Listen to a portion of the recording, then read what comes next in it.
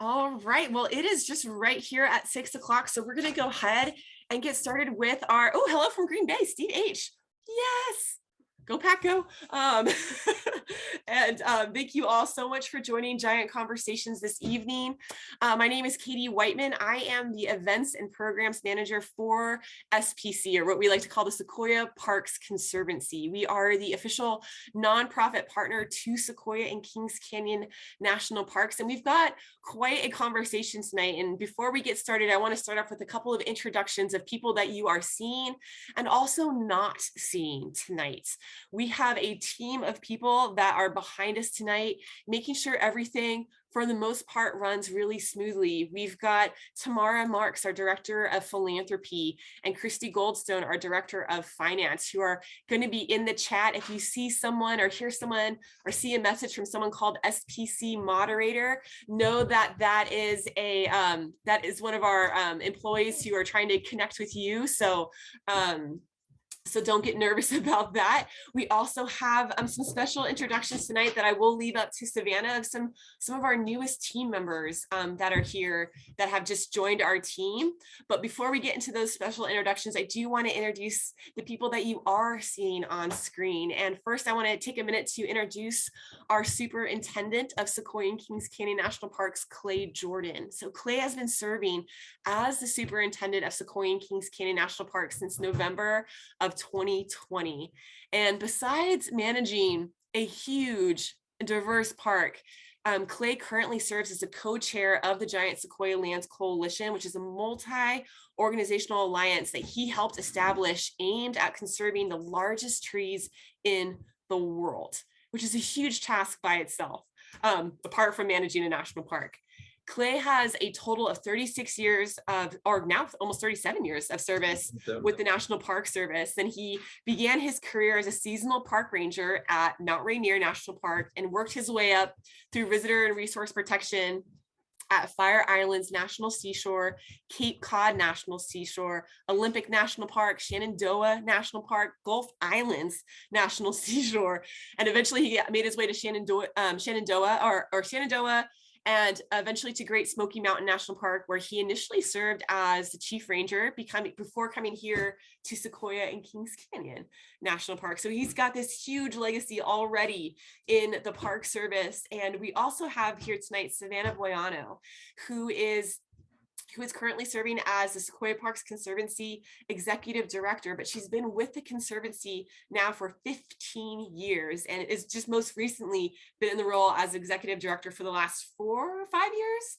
And but she's served previously as the Field Institute Director for SPC, and her career really in the parks has spanned an amazing 28 years between here in Sequoia and Kings Canyon National Parks and also Yosemite National Park.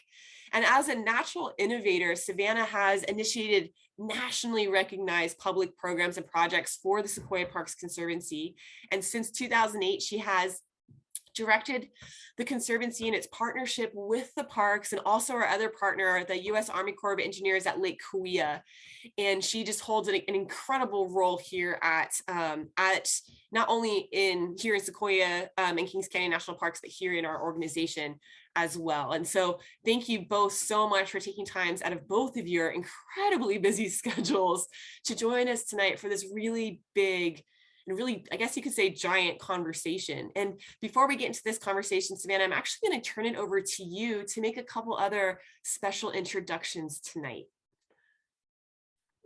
All right, Katie, thank you so much for that introduction. And Clay, thank you for joining us tonight. I actually have 2 things to share this evening.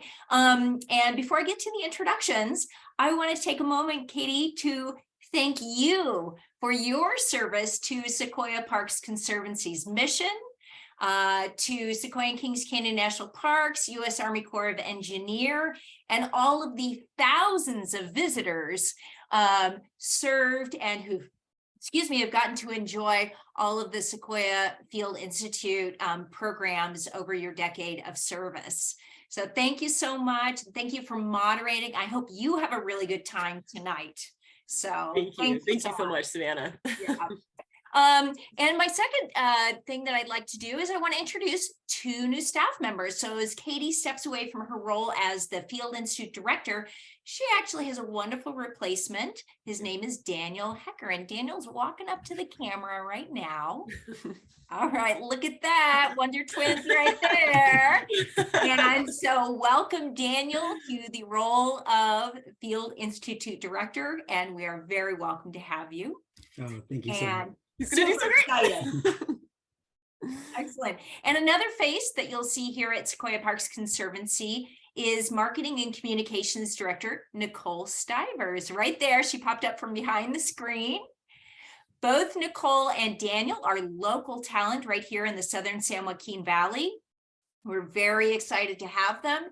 And if you'd like to learn more about what's going on in the Field Institute, you can obviously visit our website. If you'd like to connect with Nicole or Daniel, you can connect with them at info@sequoiaparksconservancy.org. Katie, thank you. You're very welcome. Thank you all so much again. And thank you everyone that has joined us tonight for this very giant conversation. When we first started this idea of having giant conversations, Savannah said something that really stuck out to me, and that was that the national parks are where the great American conversation takes place. And when we first developed giant conversations, SPC really thought about that word access. And when people come to the parks, they have access to the resources, they have access to see these amazing landscapes, but sometimes they don't always have access to the people behind the scenes, kind of making everything happen. And Giant Conversations was really about providing access to these subject matter experts that are doing these amazing things, helping these parks run on so many different levels.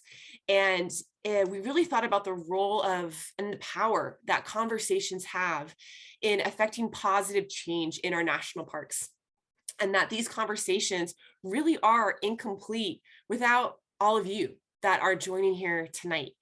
And as we continue to discuss some of the most pressing issues facing Sequoia and Kings Canyon National Parks, we want to continue to invite all of you to be a part of these very giant conversations so that together we can help preserve and protect unimpaired, the natural and cultural resources of our national parks, just not for us, but for future generations as well. So as we go around all these thank yous, we want to take a minute to really say thank you to all of you for joining tonight and participating and joining us as we launch into this conversation. So before we launch into our topic tonight, I do want to go over just a couple of quick things as a group before we start in the conversation. And one of those things is that throughout the evening, we really want to provide a couple of ways for everybody to participate in the conversation. And there's a variety of ways that you're going to be able to do that. We will be having a couple polling questions where you'll be able to participate in polls with questions that we're going to be asking you directly, and we'll publish those, the results of those questions. And you'll also have the opportunity to have 3 different times to ask questions for Savannah and Clay. We want to be able to allow you all to ask questions real time. So we will open up Q&A times around 3 times throughout this conversation. So there's no need to memorize your question. After every question that we ask Savannah and Clay, we'll open it up for you all to be able to interact with them. We'll also have the chat open throughout the discussion. Feel free to use the chat to interact with each other, to be a part of the conversation if you want to respond in one way. Or if you don't like the chat, feel free to minimize it. We're not going to share any important information in there. So if you don't want to mess with the chat, you don't have to have it viewed there either. We do ask that as part of maintaining a conversation, we do ask that we all kind of agree on some group expectations as we move forward, and that so that way we preserve everyone's experience tonight. We do ask that you bring your respectful comments, your respectful ideas, and also your respectful questions to this space. If we do feel like someone is being disrespectful, we will remove them from this experience, just so that way we can preserve the conversation and keep it moving in a forward and positive direction. So thank you all for helping, again, make this a really safe and respectful place. And we're excited to have you as part of this conversation. So thank you all again. So to launch right in, we're going to ask our first polling question. We want to get to know you all just a little bit. And this is one, I would say, one of the most fun questions we love to ask people when they are going to visit the park, or really we love to ask the employees too. And that's, if you had to pick only one area of the park to spend the entire day, which would you choose? And you can only choose one. If you had to pick one area, please go ahead and respond to that poll. We want to see where you would spend your one day if you got to spend one day in Sequoia and Kings Canyon. We're super excited to see what you all pick. I'm thinking that there's going to be some Mineral King folks, maybe quite a few Giant Forest folks, maybe some of our backcountry lovers there too. All right, we're going to go ahead and close the poll in about 10 seconds. So make sure you choose your area where you're going to spend the day if you got to spend one whole day in Sequoia and Kings Canyon. All right, Nicole, if you can go ahead and publish those results. Let's see where y'all want to spend your day. Giant forest and backcountry, I was right. Awesome. We have 44% of you that would spend your day in Giant Forest, about 4% of you that would love to be in Grant Grove, 15% to be in Cedar Grove, 11% Mineral King. I love Mineral King. Mineral King is one of my favorite spots in the whole park. I love it. And it's 26% of you anywhere in the backcountry, which you can't argue with that. So I love that. Thank you all so much for participating. That's super fun. And so with that, we are going to launch into our discussion with Savannah and Clay. And Savannah and Clay, the last time the three of us sat in a giant conversation was actually this time last year. And we had just come off an incredibly difficult year. We had just gone through another year of COVID, and the KMP wildfire had just been declared contained when we spoke last time. And that was due to this amazing atmospheric river event that came through the park and was incredible. It brought a ton of moisture, but it also brought a ton of snow. And with that, it buried kind of all the areas that we actually needed to fix after the KMP fire came through. And so we were faced with this kind of what felt like an insurmountable amount of recovery projects to get access back into the giant forest. And I think that something that we all learned this last year and kind of going through this huge process of recovery was just how big a task it is to manage such two huge and diverse parks. And Clay, as we've been preparing for this conversation tonight, you've consistently used this term that you've labeled as stewardship, or becoming a steward of a place. And that's a term that we don't often hear or necessarily relate to, but it's been one that's really been sticking in my head. And I think it's such an important concept, this idea of stewarding something, or this idea of taking care of a place or taking care of something. And so my first question tonight, actually, Clay, is for you. And it's around this idea of stewardship. And my question is, as the national park and its official partner, the Sequoia Parks Conservancy, exist really to provide good stewardship of Sequoia and Kings Canyon.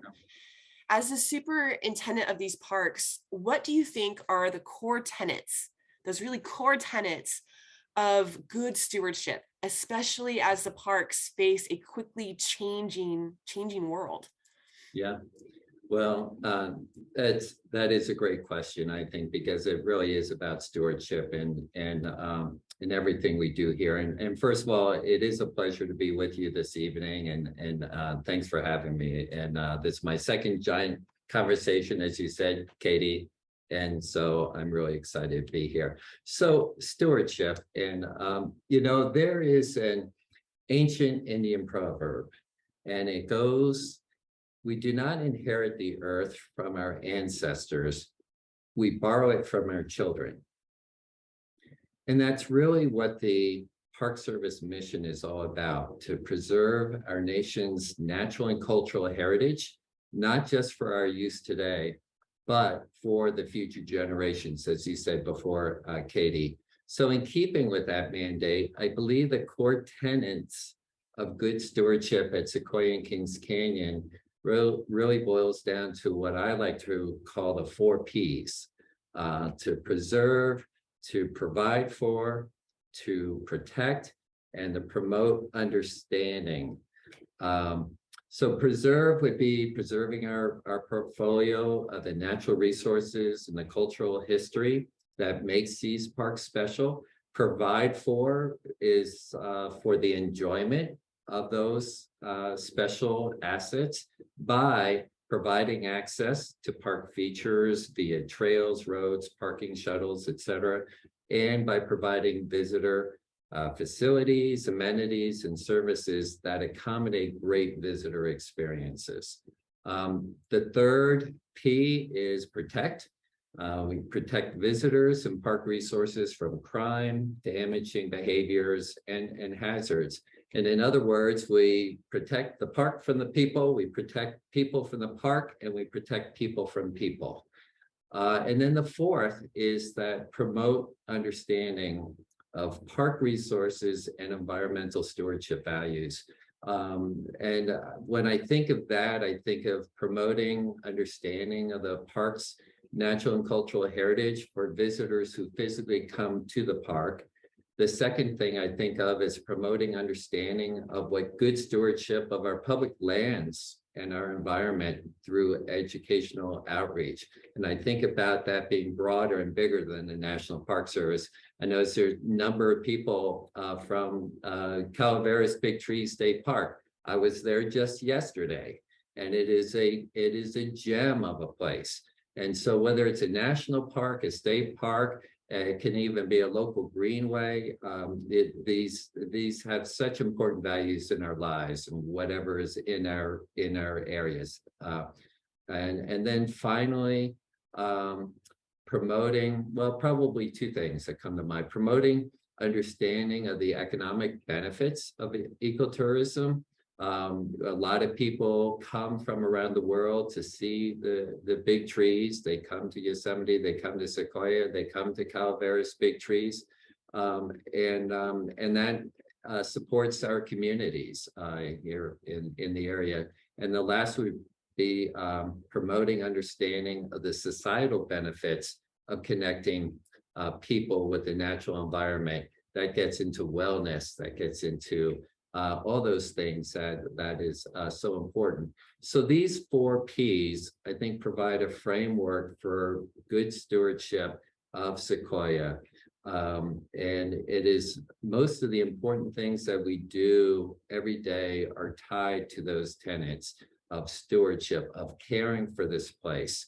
And I really want to emphasize stewardship is not just for people wearing a uniform, whether it's SBC or gray and green like me. Stewardship has such a broader value, and I think it's really something that we all have some ownership in that.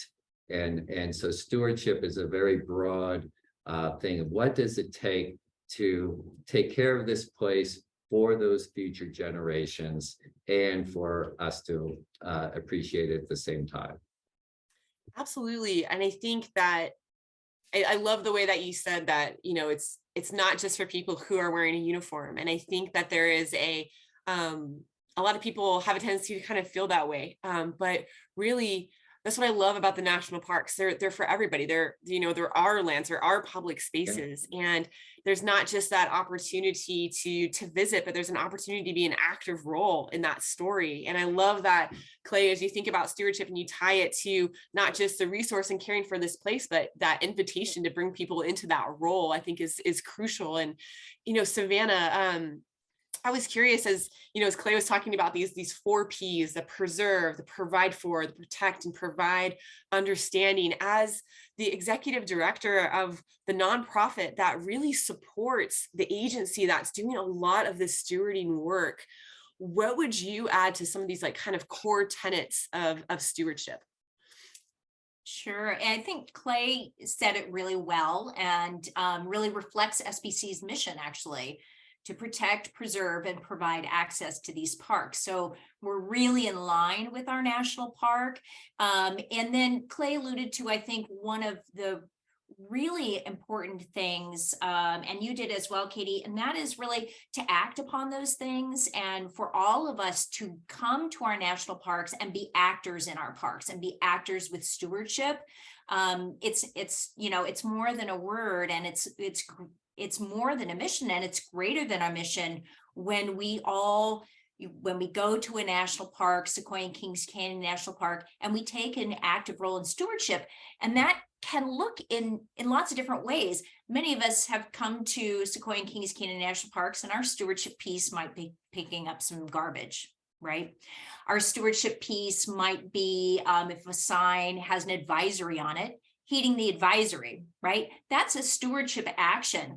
Our stewardship action might be learning more and going to a ranger program or going to a field institute program. That's actually being an active steward at that point, right? Where you're getting information that then you internalize, and it helps you be more active in this place and really understand it from a different perspective. And then something like this is being an active steward when you're learning and you're engaging in these conversations. And sometimes they're fun and wonderful, and sometimes they're a little bit difficult, right? When we're talking about issues affecting national parks like Sequoia and Kings Canyon National Parks, like, what's going to happen to giant sequoias? Those are difficult conversations, and they don't always feel good. And yet in those moments when we're talking together, all together, and just, spitballing this conversation, right, is then we are being stewards together because we're stewarding a story, right? And that is really important. When we're not talking about that, then part of stewardship has died. And so one of the goals of the giant conversations is to maintain that stewardship by keeping the conversation alive. And that's what we do through the Field Institute, through the ranger programs. That's as important as doing anything else, participating in planning, commenting, all of the kind of the fancy stuff, right, that feel very official. But there are other ways to steward that are as meaningful and important as any other role. It's just different. Right. And I love the way that you brought in the idea of story, that stewardship is really about that story and participating to that story and all the different ways that we're able to move that story along through conversation, through action, through as something as simple as picking up a piece of trash. And I think that people really undermine how important those little things really are, and how those individual choices really build up into this idea of this greater story, right? And so thank you both so much. Now, before we move on to the next question, I do want to take some time. Clay and Savannah just talked a lot to us about this idea of stewardship. So I do want to open up some question and answer time for our participants tonight, for you all to be able to respond to or ask a question of Clay and Savannah as they've kind of outlined these tenets of what it is to be a good steward and what stewardship is in the national parks. And so just to set up our Q&A time, since this is our first one together as a group, we do encourage everybody to go ahead and use the Q&A box at the bottom of your screens. We do not answer questions that are in the chat room. And so what you'll in the chat and the Q&A box are two different things. And so if you want to go ahead and minimize your chat and click on that, or click on that Q&A box, you can enter your questions in there. If anybody has one for Clay and Savannah at this time, go ahead and pop a question in. We would love to give you a little bit of access to Clay and Savannah. And what will happen is you can type in your question, and what I'll do is I'll go ahead and look through them, and I'll ask Clay and Savannah on your behalf. We will unmute people just to kind of keep the technological mishaps to a minimum. But if you have a question at this time for Savannah and Clay, go ahead and pop your question in there, and we'll give you a little bit of time to think about those. And if no one has a question, that's fine. We will move on. But we're going to give just a little bit of time for that question and answers. And again, feel free to use the chat functions to continue to talk to each other or respond. But if you have a question for Clay and Savannah, go ahead and pop it in right now.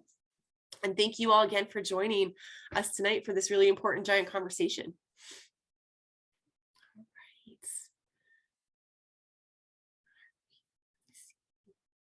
Okay, at this time, I don't see any questions. Oh, actually, no, one just came in.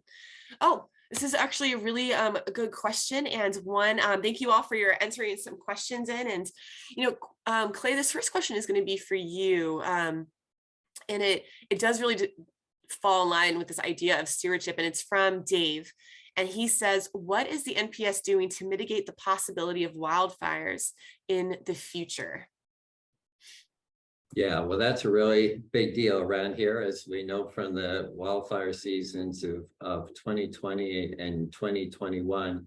On a couple of different levels, Sequoia and Kings Canyon has a very robust fire program. And so we have been in the game, of course, of fighting wildfires and for many decades. And I'm very proud of the forces that we have that enable us to manage something tremendous like the KMB complex. But I think the biggest question is how do we prevent the wildfires from becoming so destructive? And we can really look at the roots of that. For the last 120 years, we've been suppressing wildfires. And so that has resulted in large accumulations of both natural and dead fuels in the forest system. And then, especially when combined with climate change driven drought, then those fires become very large and destructive, whereas the low intensity fires are good for the ecosystem. We have a lot of fire dependent trees and other vegetation that is dependent on that fire. But when the fire gets really large and destructive, like the KMP, like the previous year's Castle Fire, and those fires that are happening throughout the West, that is a really big problem for all of us. And the best long-term solution that we can employ is to reintroduce that fire on the landscape in a controlled manner when the conditions are right, and we can sustain low intensity fire. And so that's what active prescribed fires are all about. But they are expensive. And the reality is that we have funding for treating pretty small parts of the landscape. But I'm also very happy to say that the awareness has been so tremendous. The response from Capitol Hill has been great. The administration, have been a lot of new monies from both the state of California and from congressional appropriations, and they're focused on being able to treat more acreage and to reduce wildfires. And so we are benefiting over the next few years from some of those monies, and it's enabling us to treat a lot more acreage.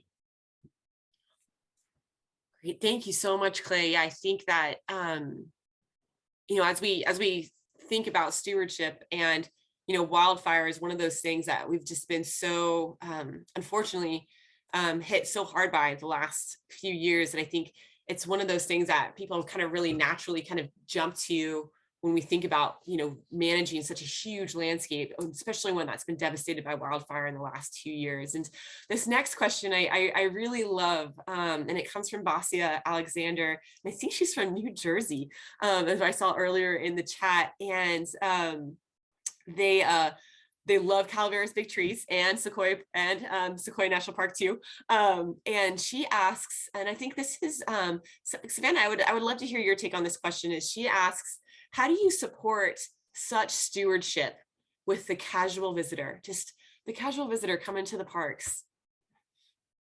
So the question is, how do we support stewardship for the casual visitor? Yeah. Oh my gosh. Well, the first way actually is when a visitor drives up to an entrance station in any national park, but right here in Sequoia and Kings Canyon, they get a newspaper and a map.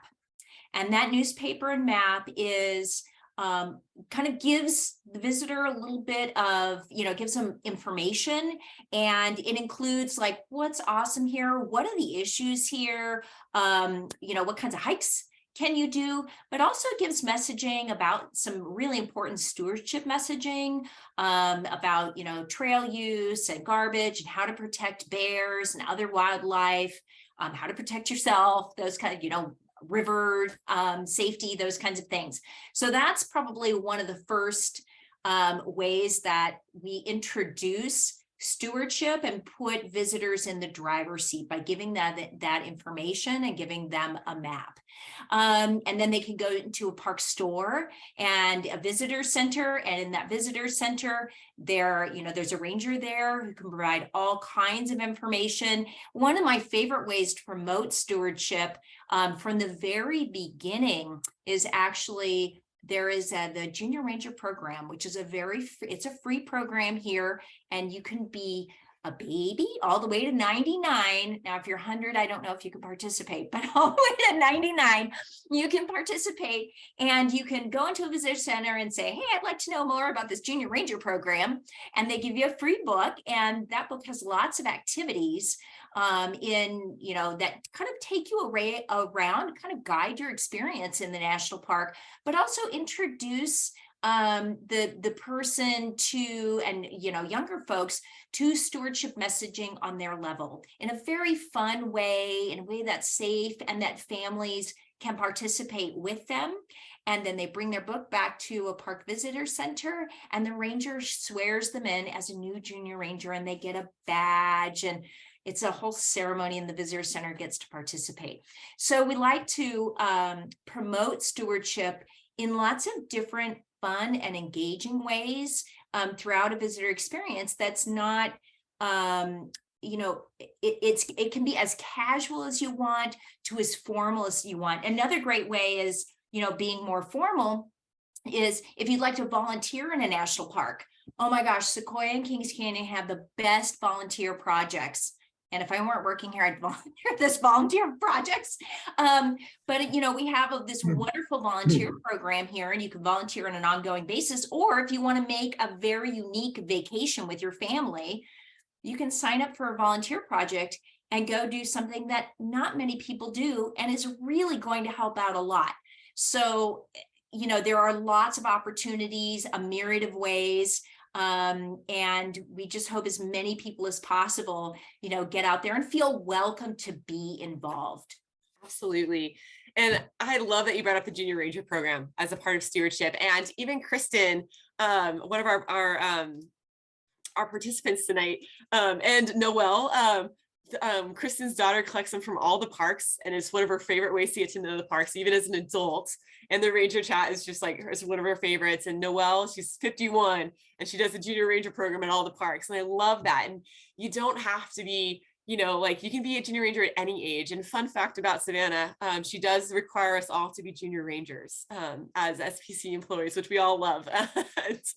And there's so many ways to connect to these parks through volunteering, through the Junior Ranger program, through those park newspapers, and those amazing materials that we get right when you walk in, or right when you drive into the park. There's so many opportunities, and again, yes, something like tonight is one of those. And we're going to go ahead and move on from this specific question and answer. And I want to reassure everybody, if I didn't get to your questions this time, we do have 2 other question and answer times, and I'm going to hold on to those questions, and we can get to some of those other questions a little bit later on. But thank you all so much for participating in that question and answers. Continue to use the chat function to get to know each other or respond to anything that you might be hearing during the conversation. But we're going to go ahead and move to our second question tonight. And actually, it's our second polling question, because we want, again, to continue to get to know all of you and have you participate in this conversation. And so I've got actually a true or false question for you all today, to see for some of those Sequoia veterans who've been here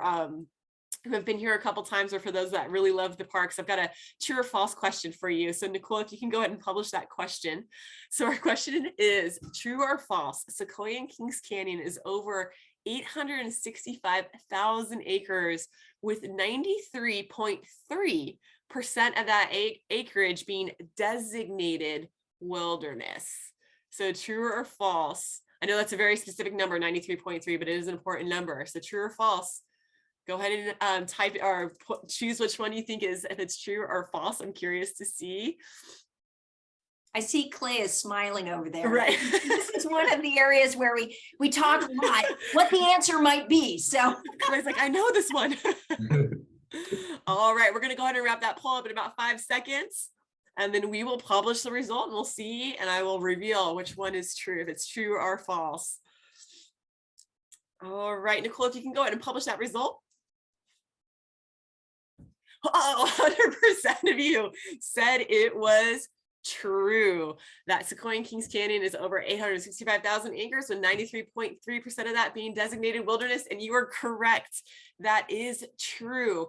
And that key phrase is designated wilderness. And I think that's what one of the things that makes these parks so unique is 93.3% of that over 865,000 acres is designated wilderness, which is a remarkable aspect if you think about the concept of wilderness, and that these parks steward that whole land, like that there's only a fraction of this park, a small fraction, that is what we consider not designated wilderness. And we have this huge area that we're managing and we're stewarding and preserving as wilderness. And so I love that all of you saw the truth in that question, and thank you so much for playing along there. And I'm going to move us to our second question for Savannah and Clay tonight.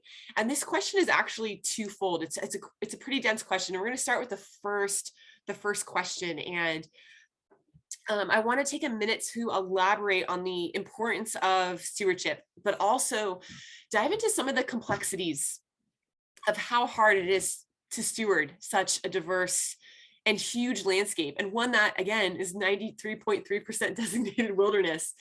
And the landscape here in Sequoia and Kings Canyon is so diverse. We have everything from this amazing backcountry and this pristine wilderness to underground cave systems. We've got the largest trees in the world by volume. We've got these amazing watersheds. We've got one of the deepest canyons in the lower 48 states. And we've got this really rich cultural story and cultural heritage. And we think about stewardship of all of those things, it does pose challenges. And so my first question, this kind of first two-part question is, as the leaders of these two organizations, the two leaders leading us into the future, these two organizations that are dedicated to working together to meet the core tenets of stewardship that kind of Clay has laid out for us. What are the greatest challenges you face to ensure that these parks are properly cared for and managed? So, Savannah, we'll actually start with you and then we'll move to Clay.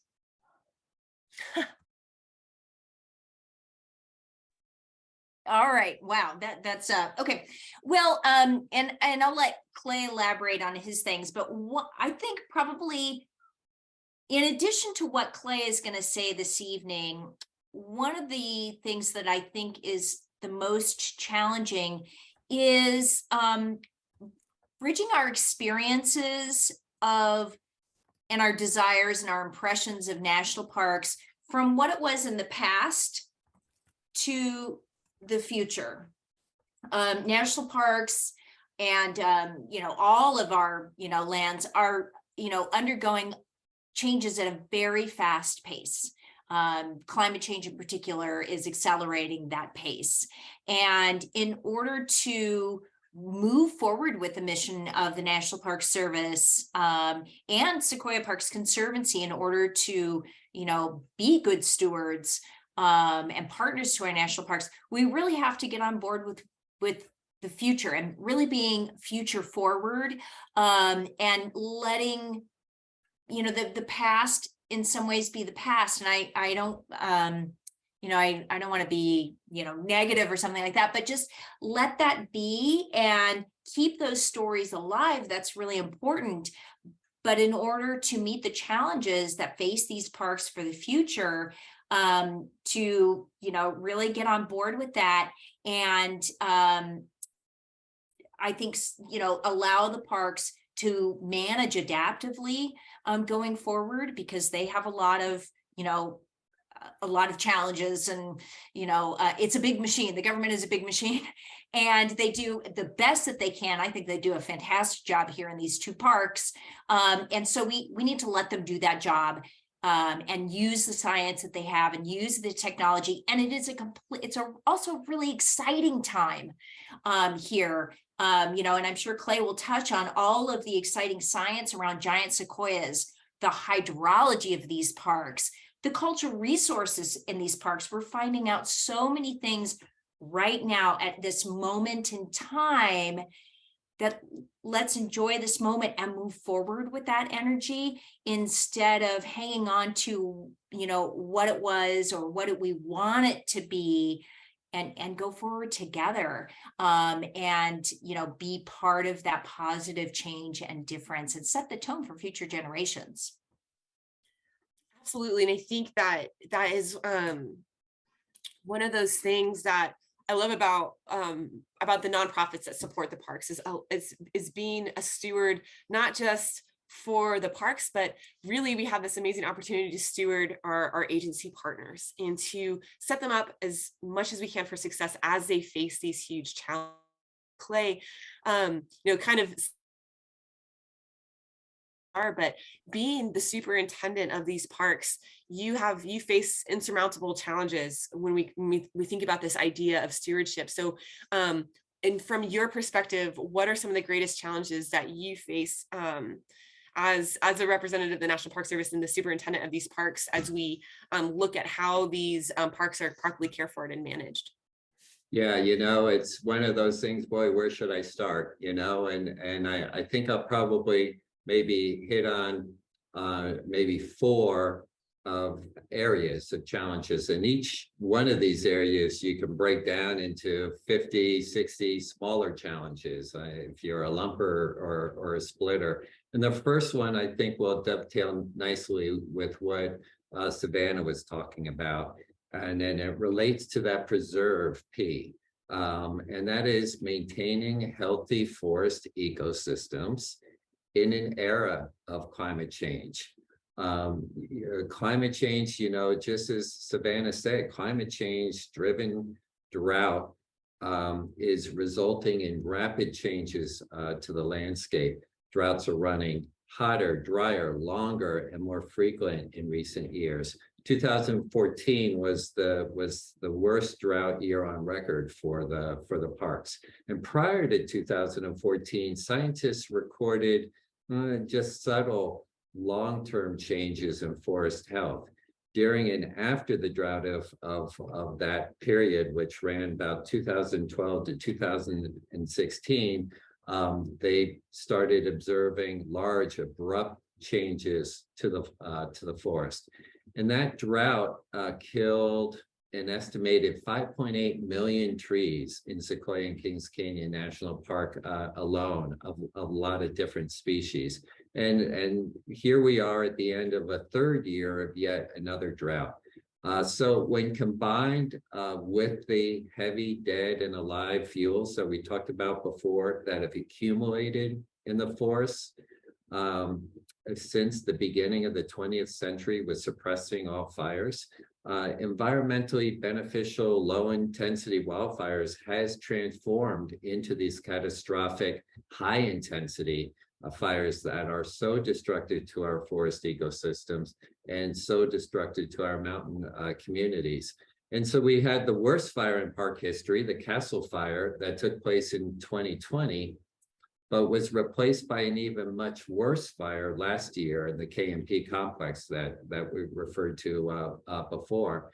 And these 2 fires, we've been talking about sequoias that has come up, and these 2 fires killed thousands of large sequoias that had stood here on the landscape for up to 3,000 years, totally unprecedented.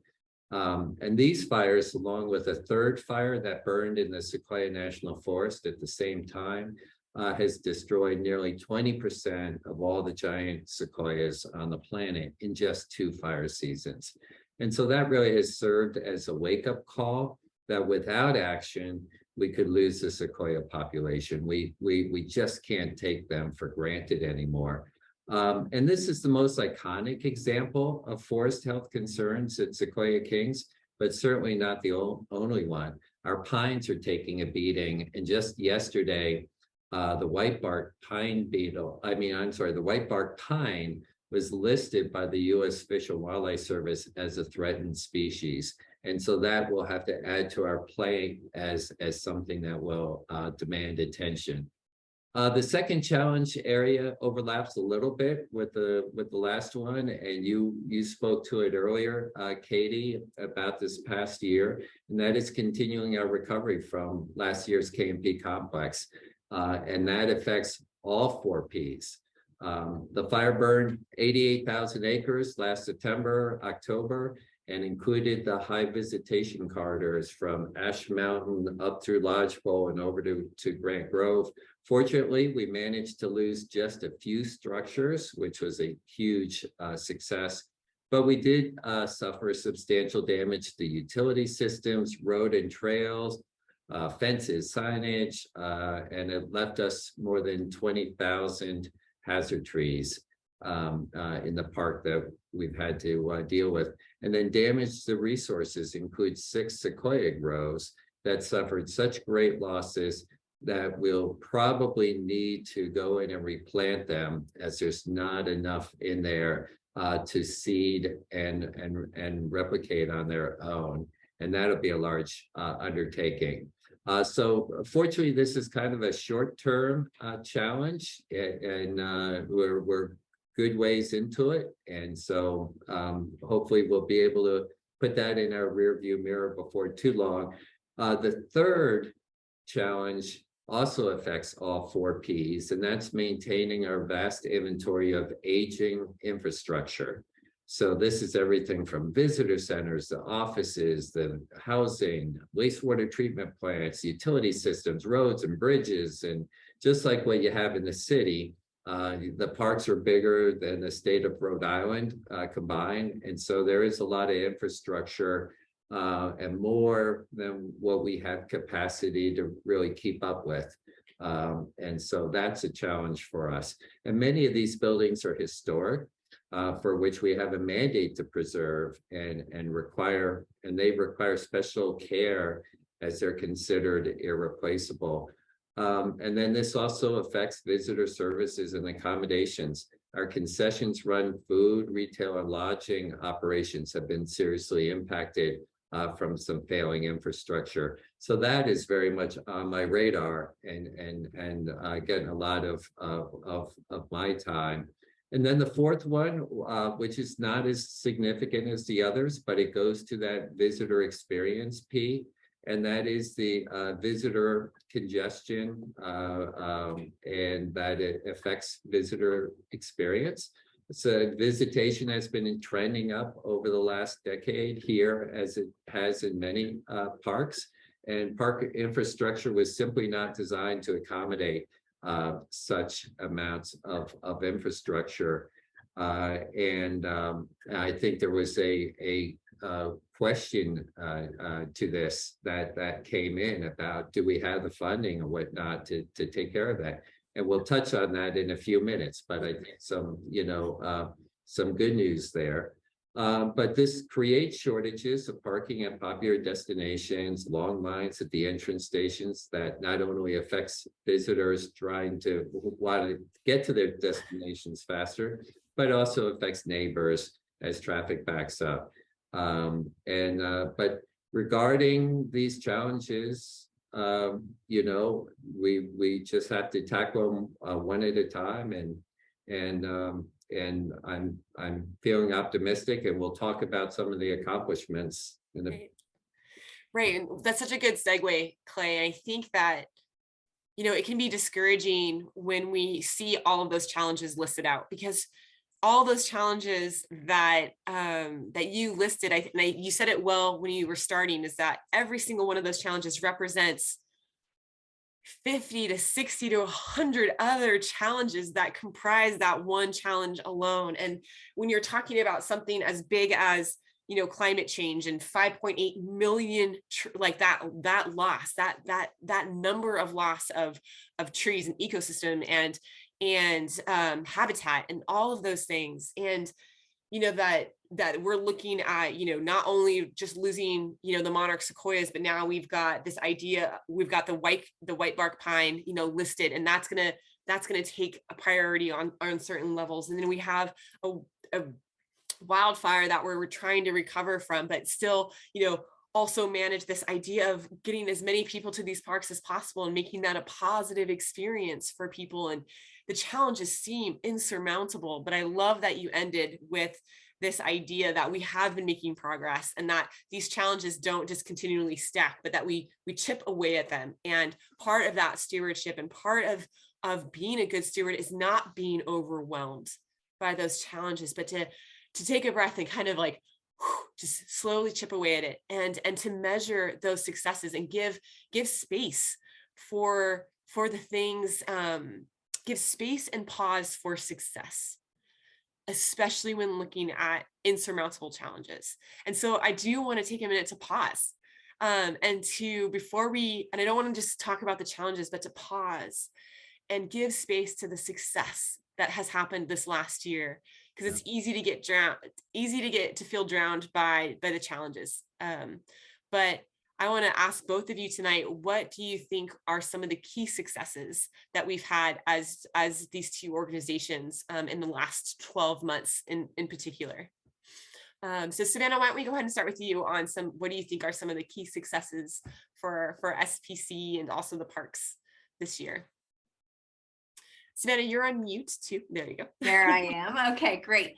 Yeah, we actually have had a very successful year. And I really liked how you framed that. We just chip away at it, right? Because stewardship is never done. It's not a done thing. It's an active process of stewardship. So I'm going to list some of my favorite things that we've done this year together.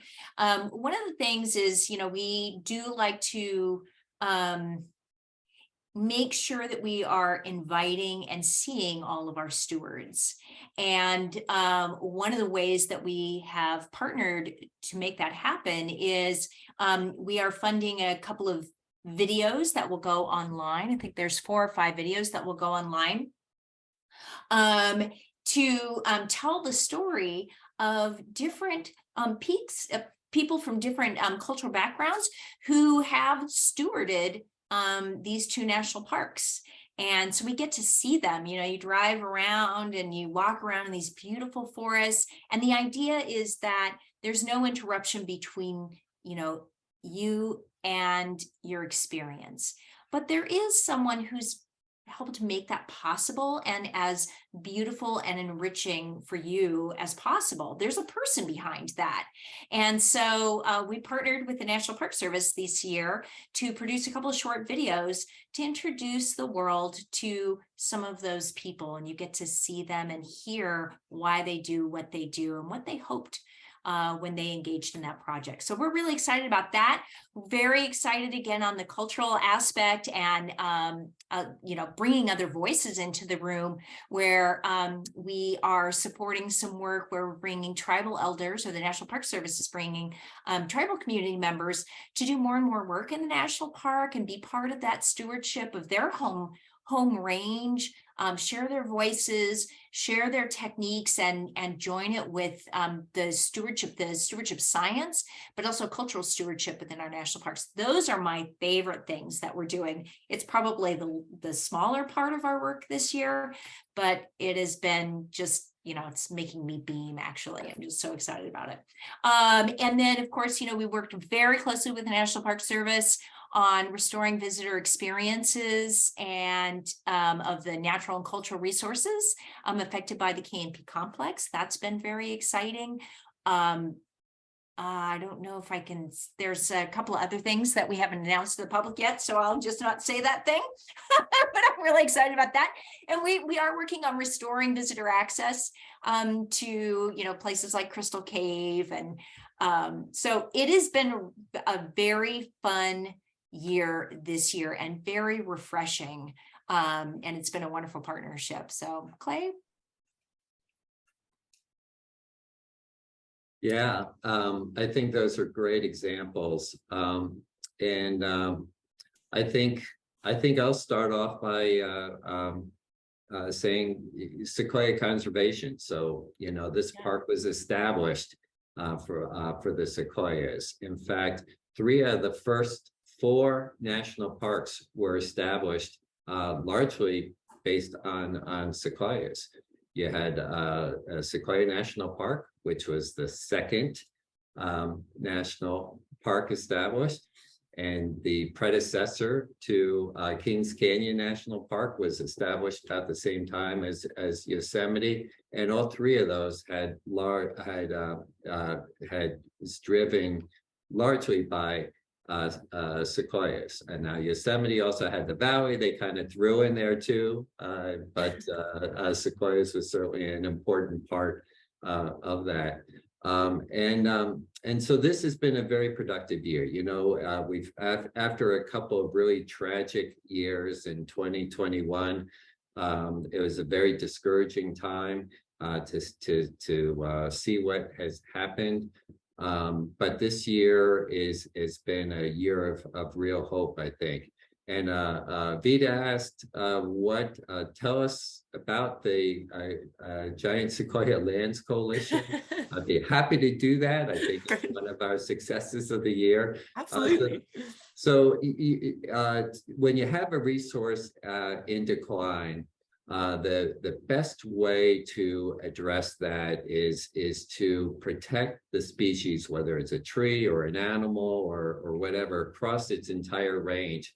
And so often as land stewards, as managers, we're in our little bubbles, we have our little jurisdictions, and there's boundary paint that tells us what's our responsibility to protect and what isn't.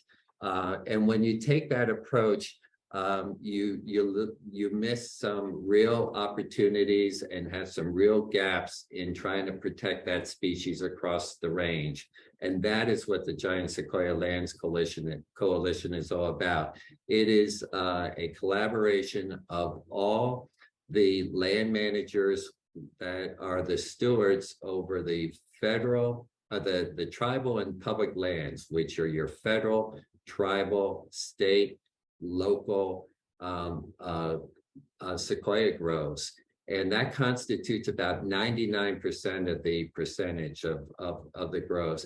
And those land managers are supported by numerous non-government organizations, conservation organizations, such as SPC, which has been in from the very start and has played a really valuable role, not just here at Sequoia Kings Canyon, but again, of addressing this major conservation issue across the range. And I could not have asked for a better partner to work with in this endeavor.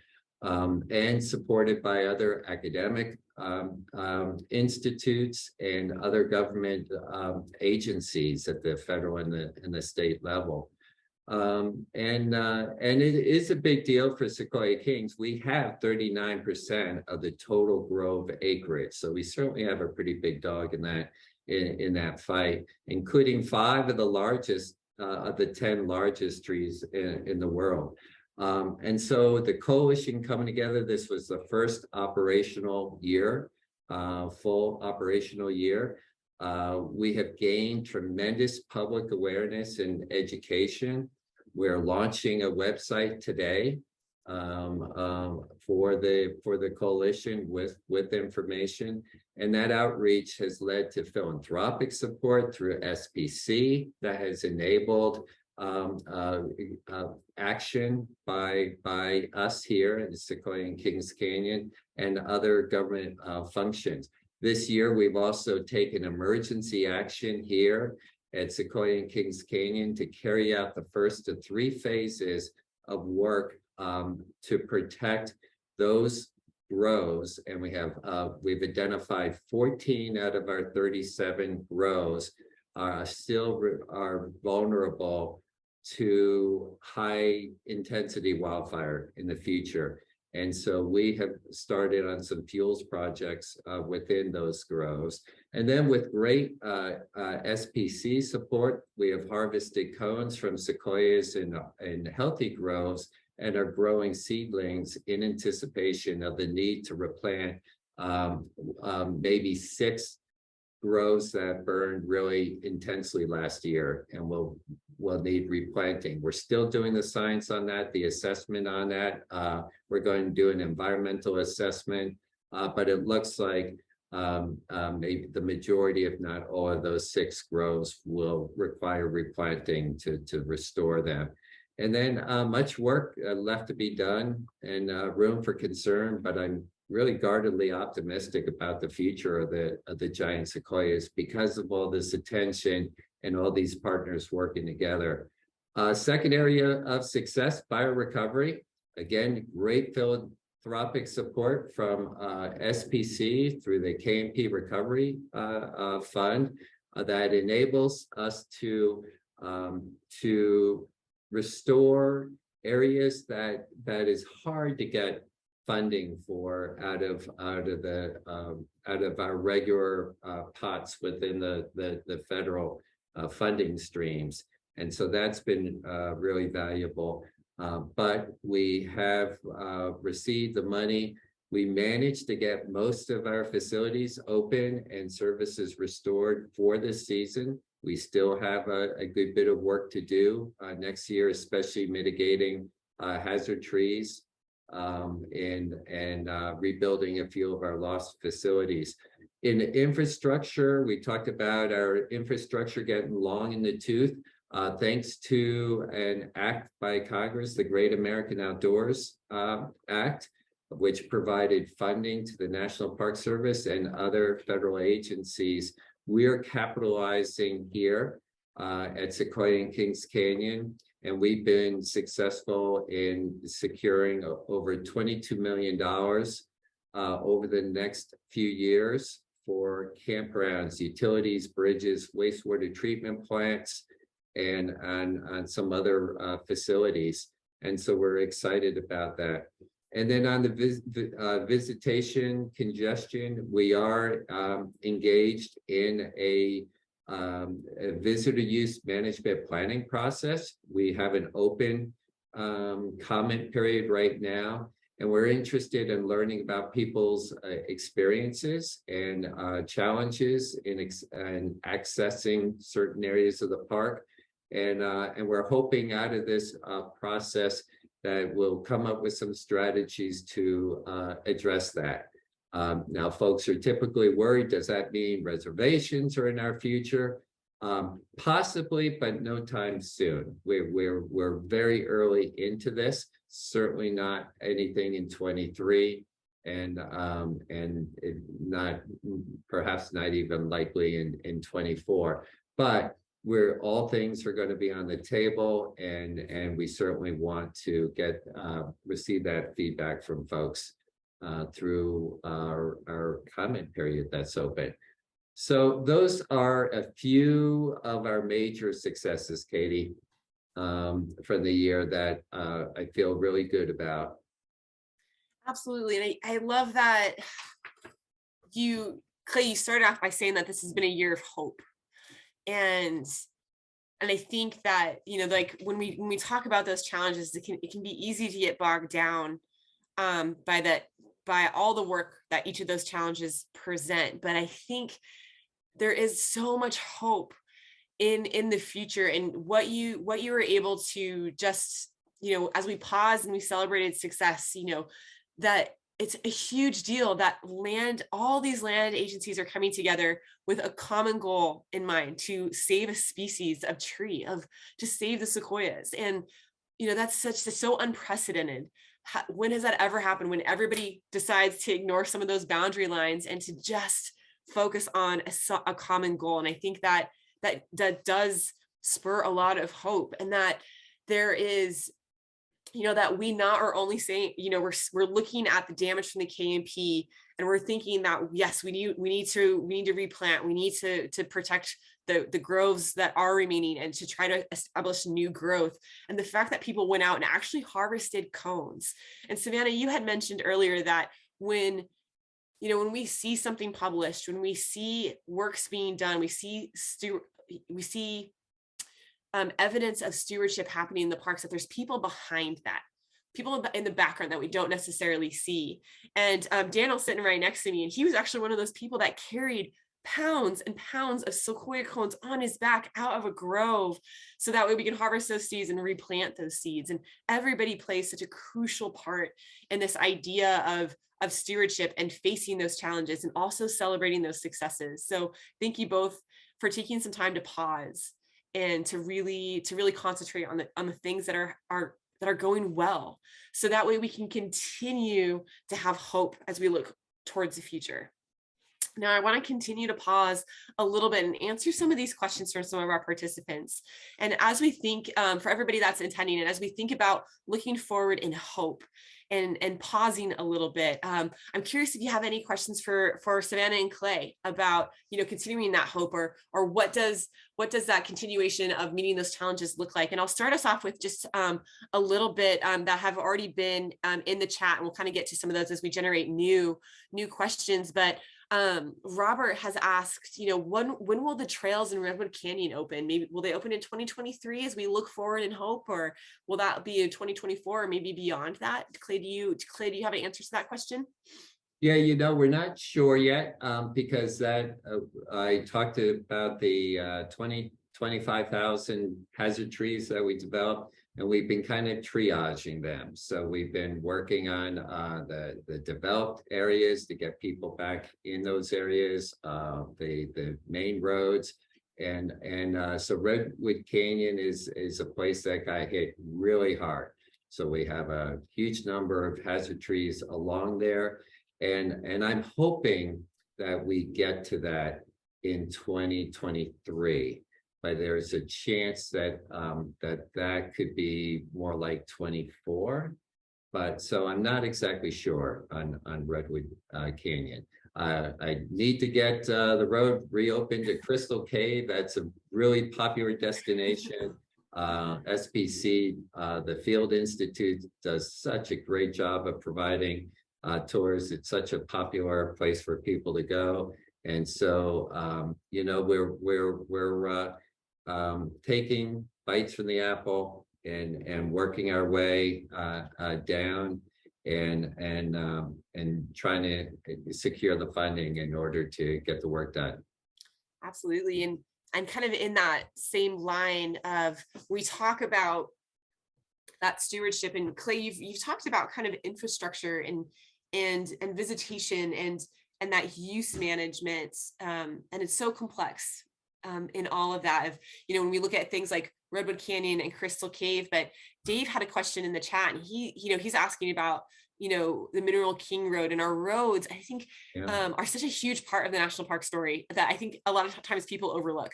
Our roads are the things that take us to some of these really key places, like the General Sherman, to Cedar Grove, to Mineral King. And Dave asked the question of, when do you foresee the Mineral King Road getting paved? And if so, what's that time frame look like? So that way we can kind of continue in that stewardship of that visitor access. Yeah, it's a great question. The Mineral King Road takes you to a really special area, and it's a great launching point to get into some pretty high country, but it can be pretty rough on your kidneys to make that drive up there. We've been working with the Federal Highway Administration, and we do have an active project to rehab that road.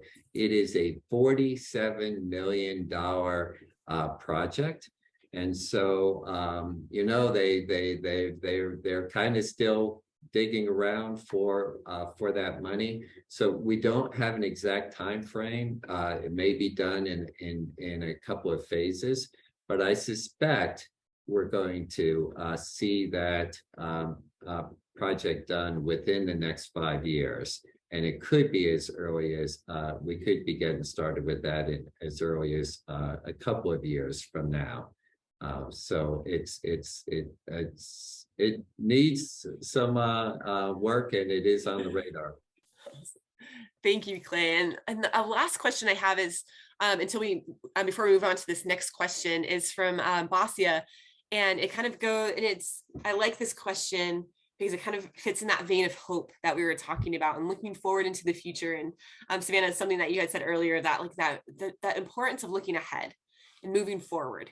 And Basia asked, she's like, in terms of giant sequoia tree conservation, would you say that you've noticed that the burned out surviving trees might be doing better since the KMP fire, kind of looking at that healthy relationship of fire that we've talked about in previous giant conversations, that fire is such a complex story when we look at it on the landscape. And so Basia is wondering if, in some areas where the KMP burned, are the trees, was that helpful?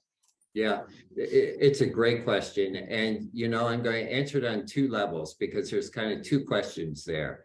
There is the health of the individual trees, right, that survived through the fire. And then there's the overall health of the grove. And as we've been talking about, the groves are threatened by heavy accumulations of fuels over a period of time. So at Sequoia and Kings Canyon, between the Castle Fire and the KMP complex, the fires burned into or through 22 groves. Now, 6 of the groves, as we talked about, were so devastating that we suffered tremendous losses, and the overall numbers are staggering of losses. However, as we talked about too, low intensity fire is good for the groves, and in those cases, in many of those groves, we experience low to moderate intensity fire, and so those groves have in essence been treated, and fire has been reintroduced to the landscape. And so the fuels are much lower. So those groves should be much more resilient to the threat of a future fire. Now, as we talked about before, climate change, there's a lot of things that are happening quickly, and there's some other things going on with Sequoia health, and that in the form of a bark beetle attack, we're starting to see some trees fall victim to beetle attacks, like many other trees. That is unprecedented. There's been no recorded prior to the last few years of trees, of sequoia trees dying from insects. And so we're also in those burned areas, we're also really monitoring those trees closely and looking for evidence to see what has caused some recent infestations of insects that have killed about 3 dozen trees. So that if we're going to mitigate the threats, we need to understand what those threats are.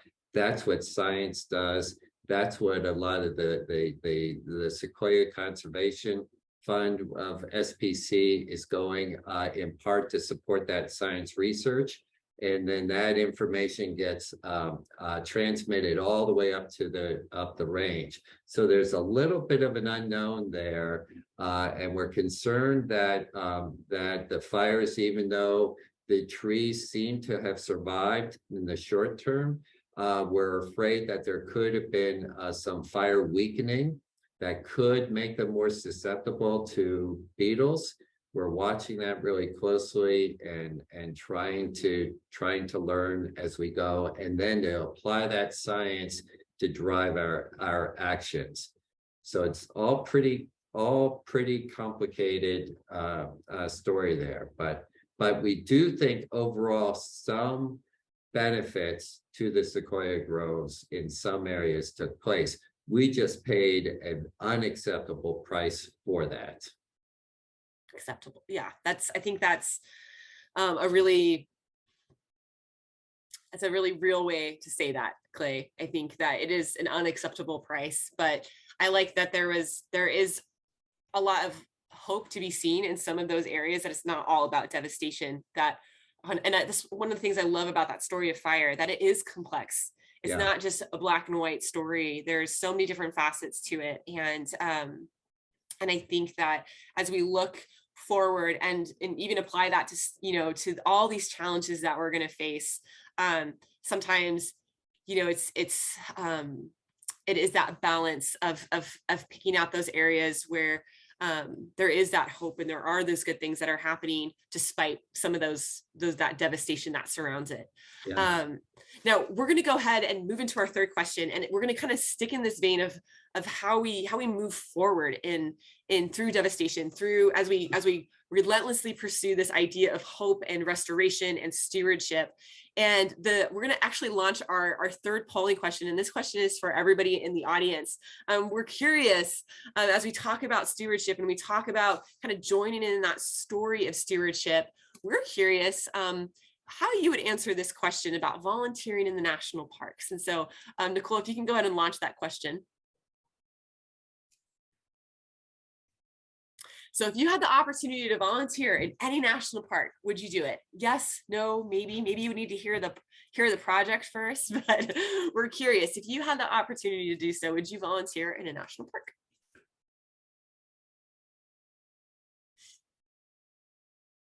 All right, we're going to close that in about 5 seconds. If everybody can answer yes, no, or maybe, if you had the opportunity to volunteer in a national park, would you? All right, Nicole, if you can go ahead and publish those results. Yes. Why I asked this question, I love this. I've got yeses and maybes. I got 83% of people said yes and 17% said maybe, just maybe. And the reason why I asked that group that question is really for you and for Savannah and for Clay. And I think that's because I think we get into the habit of thinking that we have to do this huge, big thing by ourselves. When we talk about stewardship of a landscape as big as Sequoia and Kings Canyon, being overwhelmed by those challenges, it is an overwhelming feeling. And I think that sometimes we do feel like we're alone in that. But especially when we face that harsh reality that in the last 2 years alone, we've lost 15 to 20% of the world's monarch sequoias by wildfire. And it's easy to get overwhelmed. It's easy to get discouraged. But I love that no one answered no to that question. No one. And I think that when we talk about stewardship, not only are we talking about it for ourselves, but there's that real invitation to bring people into that act and to bring people into that story, like Savannah said earlier, the story of stewardship.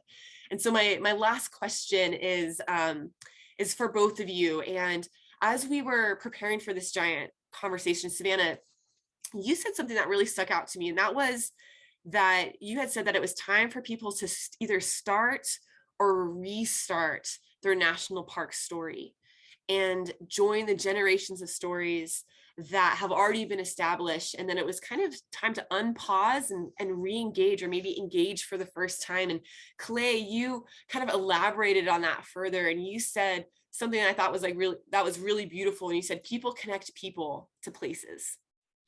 And so my last question for you both tonight, we are kind of running a little bit low on time. I want to get to another question and answer time.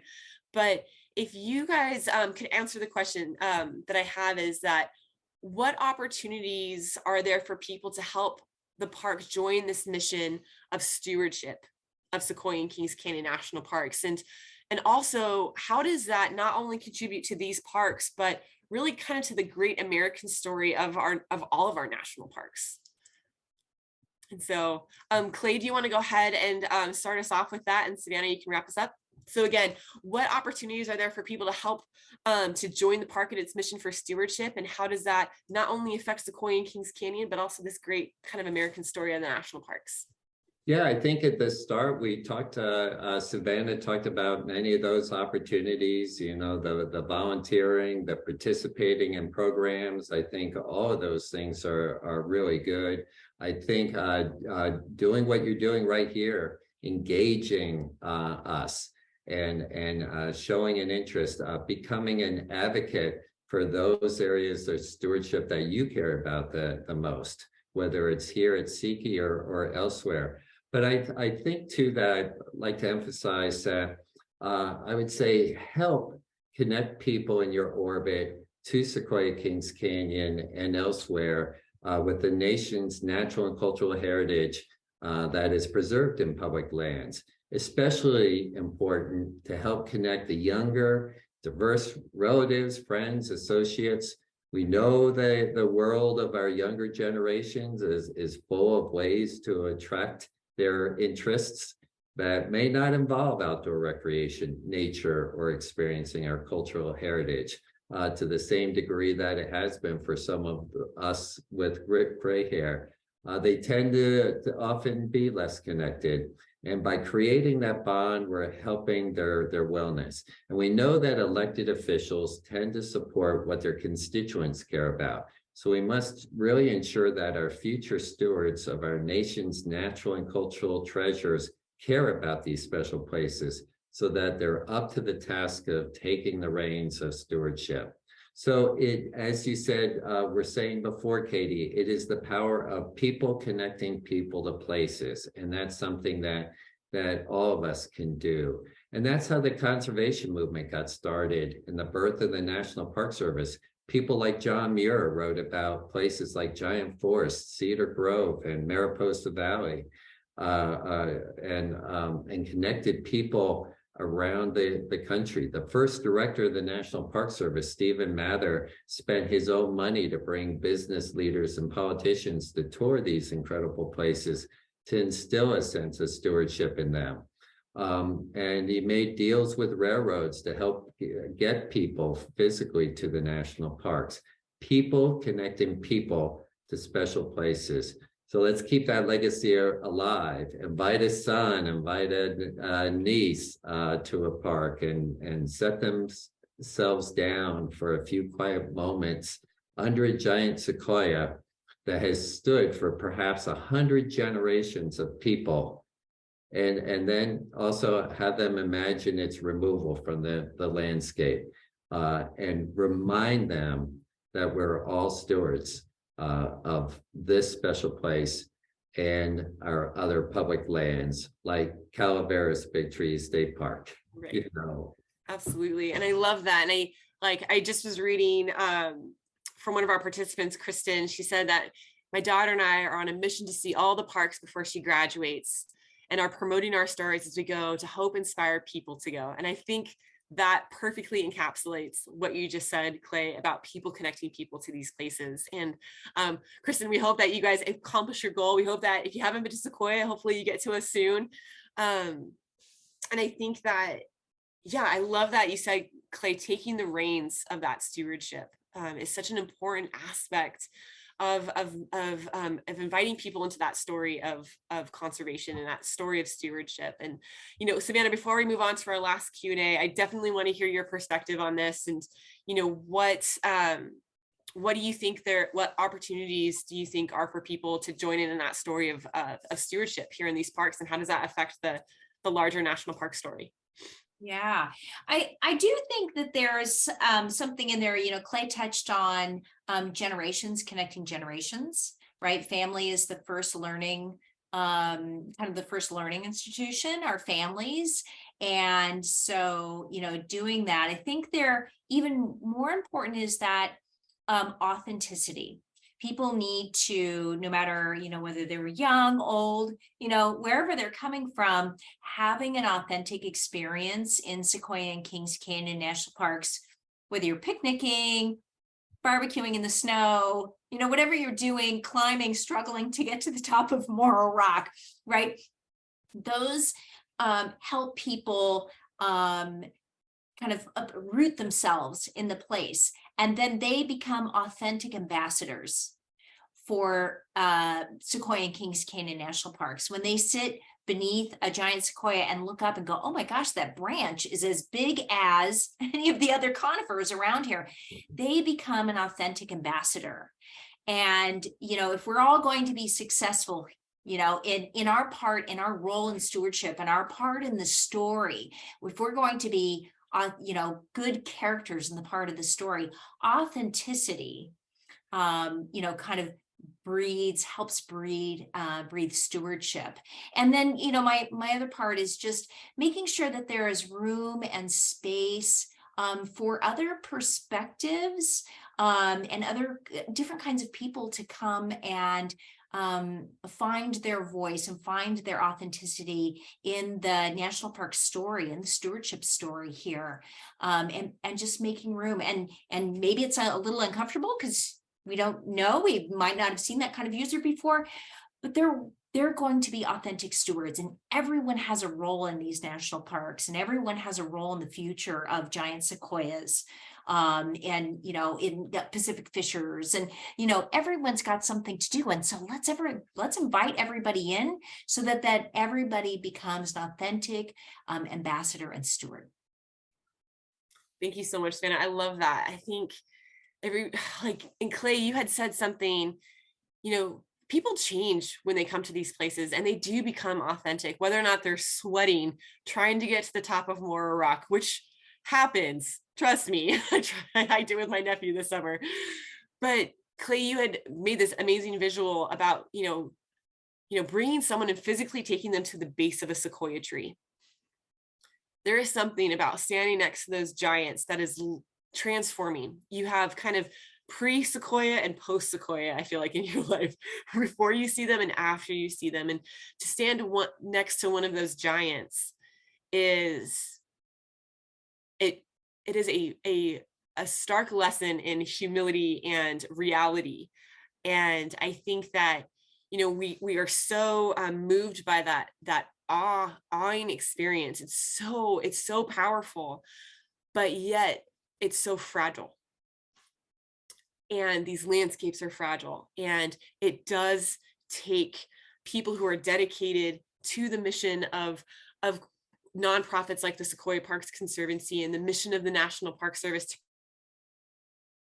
these resources for not for just you and I and Sydney and Kristen and other people to stand underneath the giant sequoia, but for their kids, their kids' kids, people 100 years from now who are not going to remember our names, but will still be able to stand under the same sequoia that we stood under and have that experience for themselves. And that really does come down to that stewardship. And so I want to say thank you again to everybody that has taken that really crucial step in that stewardship journey by just joining this conversation tonight. And we're going to open it up for another round of Q&A. But before we do, we want to make sure that we connect with you. Because we want to continue the story. When we say we want to invite you in to have an authentic relationship, we mean that. And so we want to just encourage you all to engage with us, engage with SPC, engage with the parks. If you liked the conversation today, there's so many ways that you can connect with us here at SPC.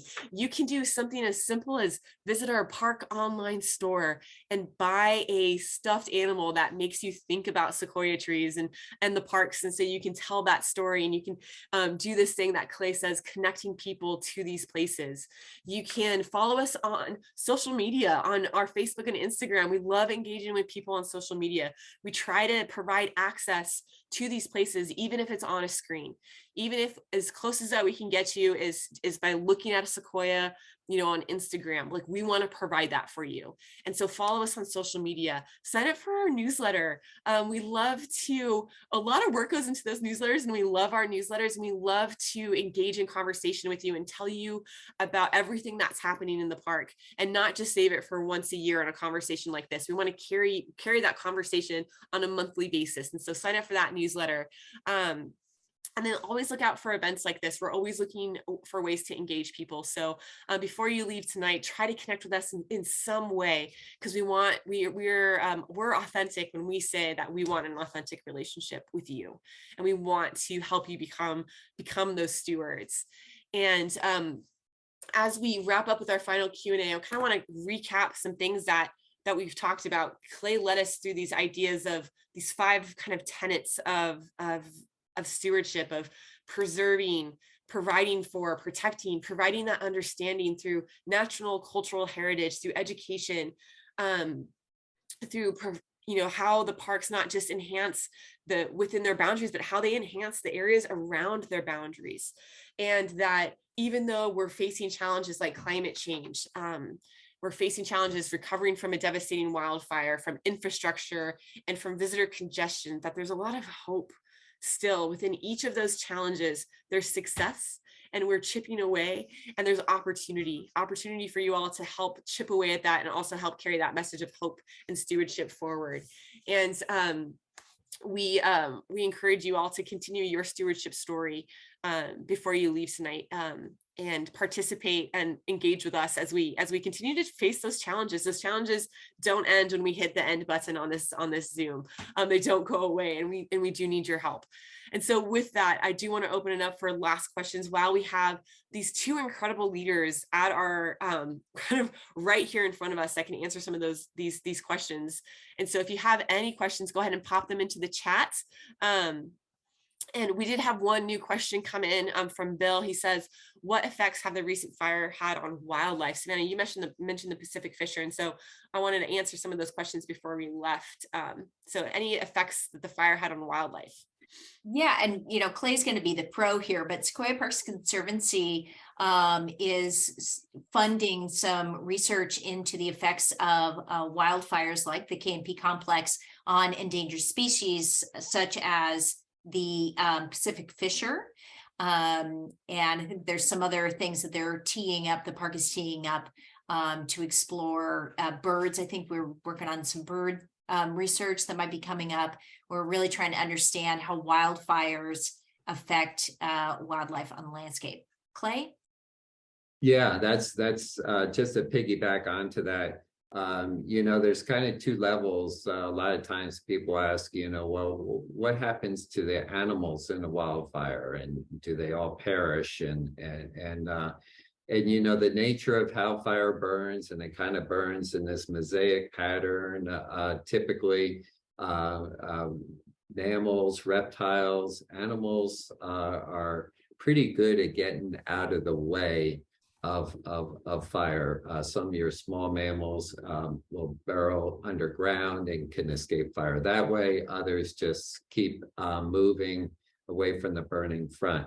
But the harder question is that Savannah was referring to, that is just begs for more research, is about that loss of the habitat and the impacts of that. So we did lose a considerable amount of habitat for the Pacific fisher, which is a listed species. And so trying to learn, what kind of impacts did the fire have on the state of the health of that population in these two parks? Did they kind of move away from the fire and kind of get reestablished, but they're doing okay in other sections of the park, and maybe the population's a little denser? Or on the other hand, they may not like neighbors. Every animal is different. And so that's where research helps to inform that. And then sometimes it can point to some resource management actions that we can take to help those species recover. And so those are some of the things that we're focused on in the post-fire era. Clay, Savannah, thank you both so much for answering kind of that last visitor question. And I'm going to go ahead. We're actually past our time, believe it or not. We've actually been talking for an hour and a half already. Before we leave, I just want to say thank you again to everybody for participating tonight and joining in on this conversation, from answering polls to putting questions into the chat, interacting or on the question and answer box, and putting, engaging with us on chat. These conversations really do help us move forward. And these conversations aren't conversations that we just have, but we generate ideas from them. We learn from them. We learn from you. And so thank you all for taking the moment to engage with us and to join us in this very giant conversation. And we hope that you continue to engage with us. We will have giant conversations continuing to happen next year. So please look out for those. They will be happening all throughout 2023. And we are excited to bring you a whole new series and connect you with different resource managers in the park, from anywhere from search and rescue to wildlife management, and to really give you access to the larger story that is Sequoia and Kings Canyon. And finally, I want to say thank you again to Savannah and Clay. Thank you so much for taking the time tonight and opening yourselves up to questions and engaging in conversation with all of us, and giving us an inside look on how complex and how special these parks really are. So thank you both so much for your time. Well, thank you, Katie. You've done a fantastic job putting this together. Thanks, Clay. And I appreciate SBC for hosting this and for everybody to participate. Absolutely. Well, with that, happy holidays to everybody. Thank you all for joining, and we hope to see you at our next Very Giants conversation. Bye, everybody. Good night, everyone.